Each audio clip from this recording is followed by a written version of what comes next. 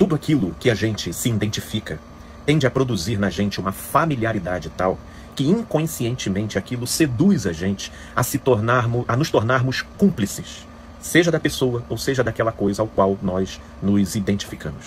Sim, porque a gente vê naquela pessoa ou naquela coisa aspectos da nossa maneira de ser, ou da nossa história, das coisas que a gente valoriza, ou daquilo que a gente viveu e passou. A gente vê aspectos dessa realidade representadas naquela pessoa. E aí, independente de quem ela seja, a gente passa a defendê-la como até uma espécie de divindade.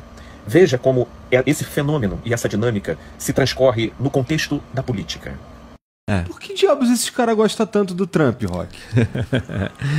Existe dentro do... Estou estudando isso daí, é muito interessante. Dentro da literatura de polarização, uma distinção entre dois tipos de polarização. A polarização ideológica e a polarização afetiva. Tá. Emocional. Tá. A polarização ideológica, ela é sobre posição. Ela é uma discussão sobre políticas públicas. Ou seja, você é a favor da liberdade máxima de expressão, o outro é a favor de, sei lá, de Estado menor. É tipo, eu sou a favor de um Estado menor, eu sou a favor de um Estado grande. Até então, as discussões de política que a gente tinha eram nessas bases.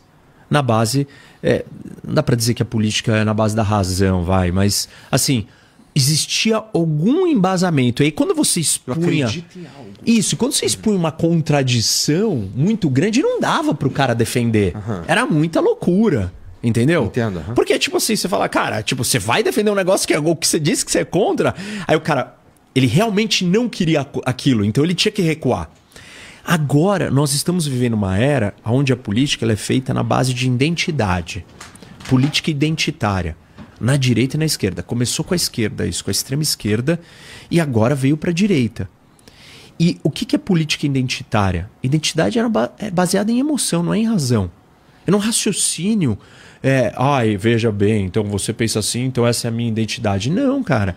É história, é cultura, é sentimento, é amor por essa terra aqui, chamada Brasil. São coisas emocionais. Política identitária, ela é emocional. E uma polarização emotiva, afetiva, ela é baseada na emoção. Porque você não representa ideias que eu concordo. Você é uma representação de quem eu sou. É uma conexão afetiva, emocional. E esses caras conseguem... Por isso que eles conseguem ouvir o Lula dizendo que o Zelensky que causou a guerra e achar um absurdo. E aí quando o líder deles fala isso, eles não acham um absurdo. Porque eles não estão preocupados com a fala, com a razão ou a estrutura do que foi dito. Eles estão preocupados com quem disse. O Lula não sou eu. O Trump sou eu. Se o Trump falar a mesma coisa que o Lula, mas foi o Trump que falou, tá tudo bem. Quando o Lula fala a mesma coisa, não tá tudo bem, porque eu não sou o Lula. Existe muita defesa irracional, apelativa, porque ela se volta para defender aspectos da minha própria personalidade que eu vejo representadas em alguém que está em destaque. De modo que eu faço vista grossa para aquilo que é contraditório e até errado, mas existe uma necessidade de ter que defender, independente de qual seja o cenário, porque na verdade eu estou defendendo a mim mesmo naquela pessoa. Esse aqui é um processo perverso de identificação, que é quando a gente, por exemplo, defende aspectos adoecidos e perversos dos nossos pais, mas só porque aquelas características passaram a se reproduzir no nosso comportamento. E por mais que familiares digam, cara, você está se tornando igualzinho. E daí? Eles foram assim, eles foram pessoas assim, e a gente passa a defendê-los porque a gente passa a se identificar neles aquilo que a gente é. E então existe muita identificação de natureza afetiva, psicológica, e que leva a gente a se tornar cúmplice de perversidades e de erros e de transgressões em relação àquilo que prejudica e afeta a vida dos outros. Aqui foi falado no nível político, mas isso também ocorre no nível religioso. Porque quando Cristo Jesus, a luz dos homens, deixa de ser a pedra angular, a referência, e que nos leva àquela atitude transcrita por Paulo, já não vivo mais eu, mas Cristo vive em mim, e a vida que eu vivo agora, vivo pela fé no Filho de Deus, o qual me amou e se entregou em mim. Se a gente não ter aquela atitude de viver conforme Paulo diz lá na sua epístola aos Filipenses, no capítulo 2, tende em vós o mesmo sentimento que houve em Cristo Jesus.